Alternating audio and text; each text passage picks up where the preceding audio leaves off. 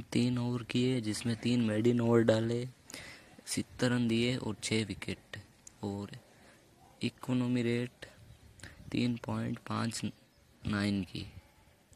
बहुत ही शानदार। और जिस तरह से डीएसपी सिराज ने इसको हैरी ब्रूक जैसे लग रहा था कि ये मैच ले जाएगा, जिस तरह से 60 ओवर में 303 रन बने, उस तरह लग रहा था कि इंडिया पर बेसबॉल भारी है। लेकिन वैसे ही डीएसपी सिराज ने सबको अरेस्ट करना शुरू किया।